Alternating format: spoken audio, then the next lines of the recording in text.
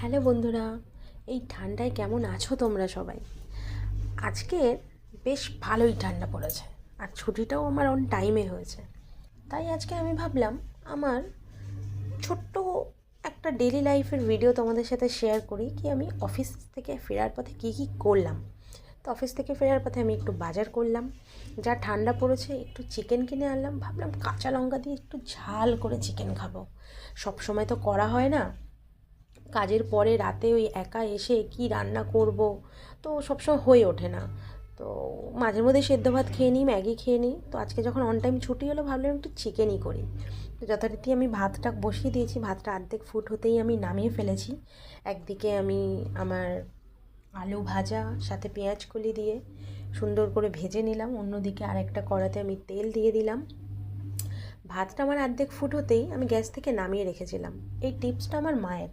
মা বলেন কি, যখনই ভাতটা অর্ধেক ফুট হয়ে যাবে ঢেকে নামিয়ে রেখে দিবি, এতে তোর জ্বালানিটাও সাশ্রয় হবে, তোর টাইমটাও সেভ হবে। আর আমি যেহেতু একা একা তো অত তড়িঘড়ি করে রান্না করি না, একদম ঝটাপট শর্টকাটে রান্না করি। মানে একদিকে আমি কড়া বসিয়ে দিয়ে অন্যদিকে আমি সবজি এটা ওটা ধুয়ে কাটাকুটি করে, মানে এইভাবেই চলে, সব গুছিয়ে নিয়ে আর বসা হয় না। মানে আগের মতো তো আর লাইফ নয়। আগে যখন বাড়িতে থাকতাম বৌদিই সব করে দিত, মুখের সামনে ভাত এনে দিত, আরামে বসে খেতাম। তো এখন ওই কাজের পরে এসে একা একা অতটা ভালো লাগে না। তাও করি, সব জিনিসটাকে ভালো লাগিয়ে নিয়েছি, অভ্যাস হয়ে গেছে।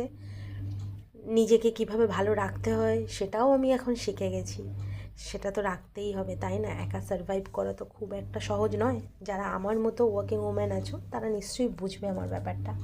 তো যাই হোক, অন্যদিকে দেখো একটু মেথি শাক ছিল ফ্রিজে, তো সেটাকে আমি বানিয়ে ফেলেছি। আলুগুলো একটু বেশি বড় বড় কাটা হয়ে গেছে, বাট ও ম্যানেজ হয়ে যাবে। তো দেখো আমার রান্নার রেডি, একদম ঝাল ঝাল চিকেন।